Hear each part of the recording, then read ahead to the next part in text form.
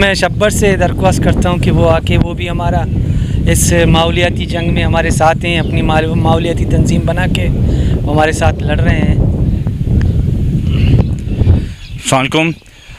शुक्रिया आप सब लोगों का यहाँ पे दावत देने का। अभी बात हुई है कि वो win the battle lose the battle win the war वाली चीज़ है।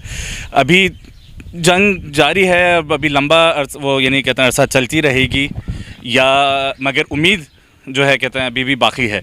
पहले तो बड़ी अच्छी हवा चल रही है, ऑफ कोर्स यहाँ पे सारे के सारे बैठे हुए हैं। तो मेरा पाकिस्तान माहौलियाती तहफ़्फ़ुज़ मूवमेंट बनाने का मकसद ही ये था कि कराची के माहौलियात की बका, कराची वालों की बका, मलीर के माहौलियात की बका, मलीर वालों की बका, पाकिस्तान के माहौलियात की बका, पाकिस्तानियों की बका। तो अगर ये जो डेवलपमेंट जिसको कहते हैं, वैसे तो कंस्ट्रक्शन और डेवलपमेंट में बहुत बड़ा फ़र्क है। यहाँ पे अगर अंधाधुंध ये सड़कें और बिल्डिंगें और सारी चीज़ें बनाते जाएं तो आप लोग भी, हम लोग, सब लोग यहाँ पे नेचुरल हवा के अंदर नहीं बैठे हुए होंगे इस तरीके से, इतने खूबसूरत शेड के अंदर फ्रेश जो कहते हैं आपकी हवा है वो हम लोग उसमें सांस नहीं ले रहे होंगे। तो ये चीज़ हमें जहन में रखनी है। दूसरा, कल हम लोग बैठे हुए थे एक टॉक शो पे, सलमान भाई भी थे, अबीरा भी थी, यासिर भी थे, और वहाँ से सामने नादिर गबोल साहब भी आए हुए थे, नबील गबोल साहब के बेटे। तो यहाँ पे गबोलों का गोट जा रहा है मलीर एक्सप्रेसवे के अंदर। आप लोगों से पूछना चाह रहा था मैं, कौन से वाले इलाके में गबोलों का गोट जाएगा? ना कौन है गबोलन जो कौन नहीं है, वो शराबी उन साइड है ना। तो आप ये जहन में रखें कि जो पीछे प्रोपेगेंडा चल रहा है वो ये चल रहा है कि नादिर गबोल कह रहे हैं कि तो हमारा भी वहाँ पे जा रहा है, हमारी भी ज़मीनें जा रही हैं, हम तो मगर मलीर एक्सप्रेसवे को दे रहे हैं। तो मलीर के लोगों को चाहिए कि जो कहते हैं वो पब्लिक इंटरेस्ट के लिए, लोगों के इंटरेस्ट के लिए, शहर के इंटरेस्ट के लिए अपनी भी जगहें दें।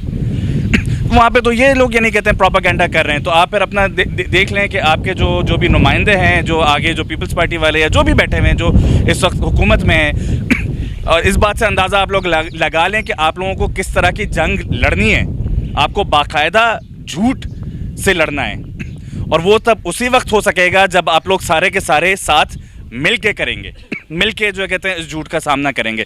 वो तो शुक्र है कि सामने सलमान भाई उधर बैठे हुए थे, तो उधर ही टीवी के ऊपर उन्होंने जो कहते हैं नादिर गबोल को सही किया कि आप बाकायदा इस वक्त झूठ बोल रहे हैं। तो सबसे पहले तो आप मुझे ये बताएं कि जितने भी तमाम हमारे दोस्त यहाँ पे मौजूद हैं।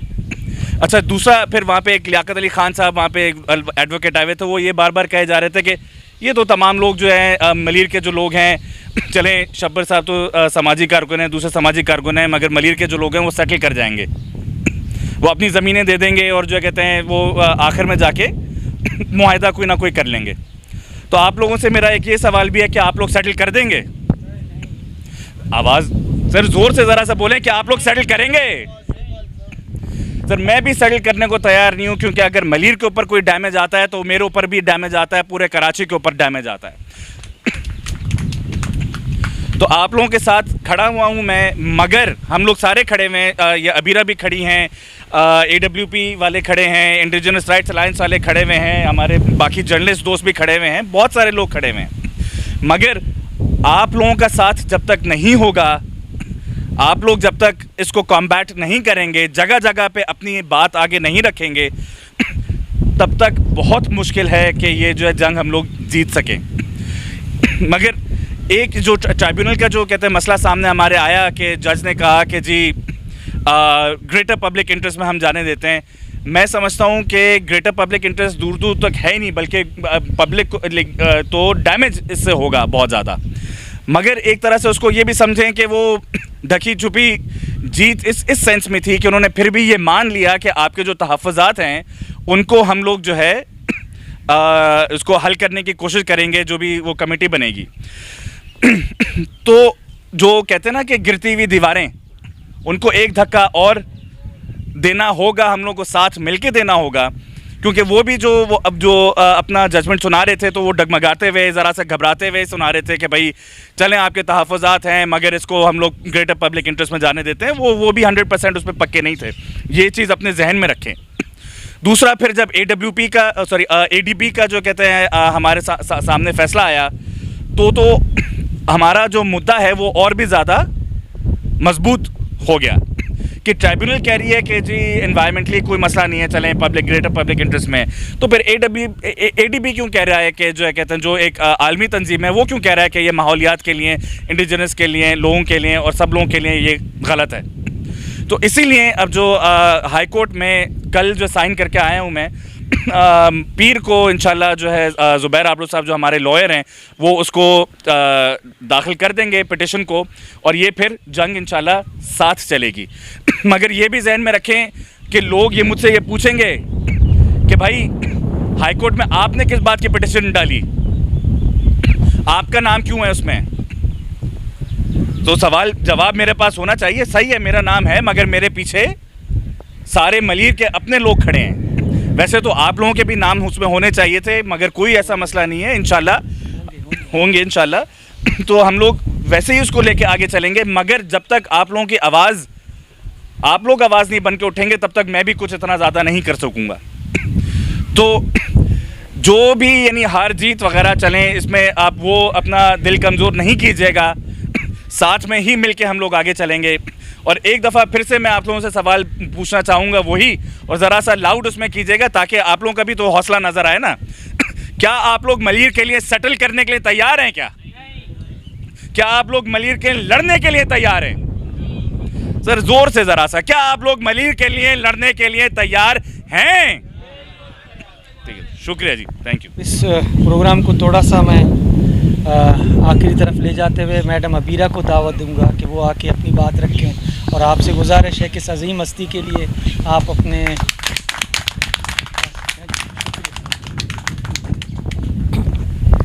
बैठ जाओ। बहुत बहुत शुक्रिया।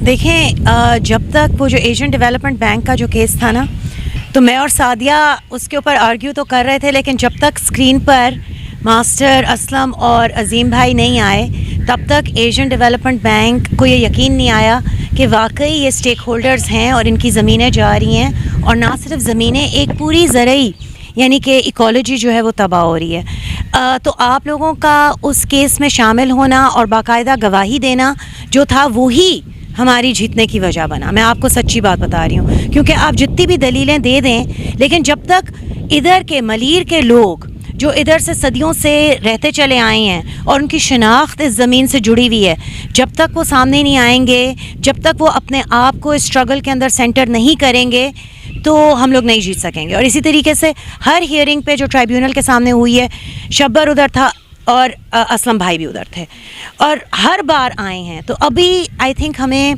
एक ये छोटी सी चीज़ हुई है, वो 5 बिलियन रुपए हो सकता है कहीं और से भी हासिल कर लें, और 2 महीने बाद पता चले कि ये मंसूबा जो है फिर से शुरू हो रहा है।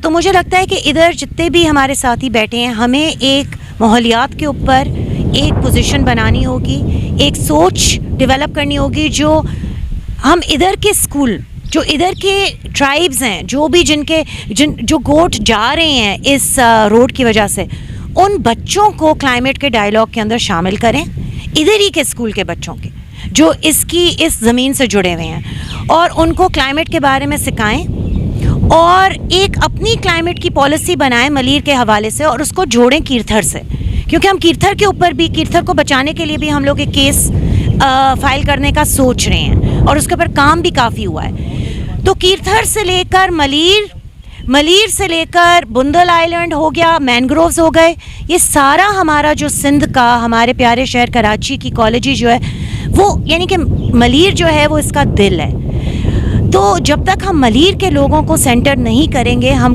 कामयाबी हासिल नहीं कर सकेंगे। मुझे अफसोस इस बात का हुआ कि हमारे कोई भी मलीर के लोग हमारे ट्राइब्यूनल की अपील के अंदर पटिशनर नहीं हैं। मैंने ज़ुबैर से बात की कि अब मसला ये है कि वो ट्राइब्यूनल की अपील है, तो जो उसमें पटिशनर था वो कोई कयूम भाई थे, अब वो जो हैं वो बैकआउट कर गए हैं।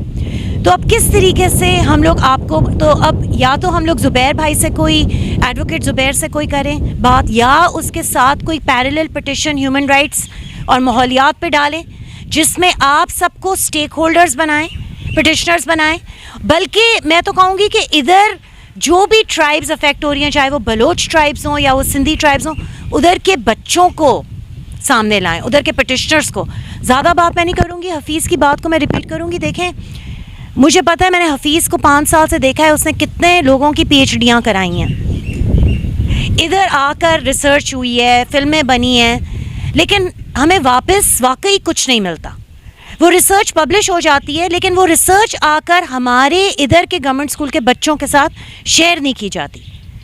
इधर आके फिल्में बनती हैं, हालांकि पार्टिसिपेटरी मेथड का चर्चा पूरी दुनिया में है, लेकिन हमारे इधर के मलीर के बच्चों को कैमरास नहीं दिए जाते कि फिर आगे बढ़ के तुम रिसर्चर बनो। और इनसे बेहतर कौन हो सकता है?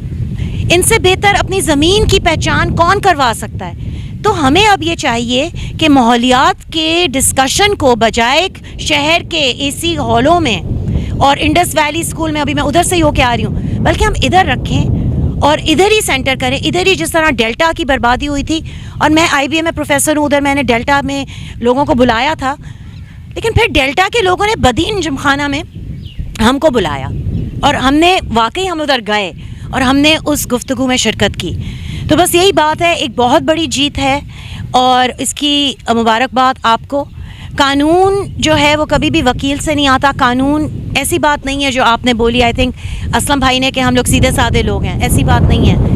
सारे कानून की जानकारी जो होती है वो सीधे साधे लोगों से ही आती है, क्योंकि वो अपनी ज़मीन को समझते हैं। वो समझते हैं कि कीर्थर के अंदर जो गार्ड्स होते थे वो किस तरह कीर्थर को प्रोटेक्ट करते हैं, रस्मी कवानीन क्या होते हैं, जिस तरीके से लोग इधर काम करते आ रहे हैं, काश्त करते आ रहे हैं, इधर के माहौल को बचाते आ रहे हैं, इधर के जंगली हयातियात को बचाते आ रहे हैं, ये भी कवानीन है और ये भी रस्में हैं। तो कानून जो है वो कभी किसी बड़े अदारे से नहीं आता, लंदन से नहीं आता, किसी बड़े लॉ स्कूल से नहीं आता, किसी इंग्लिश की किताब से नहीं आता, आप लोगों से आता है, हम सब से आता है। शुक्रिया बहुत बहुत आपका।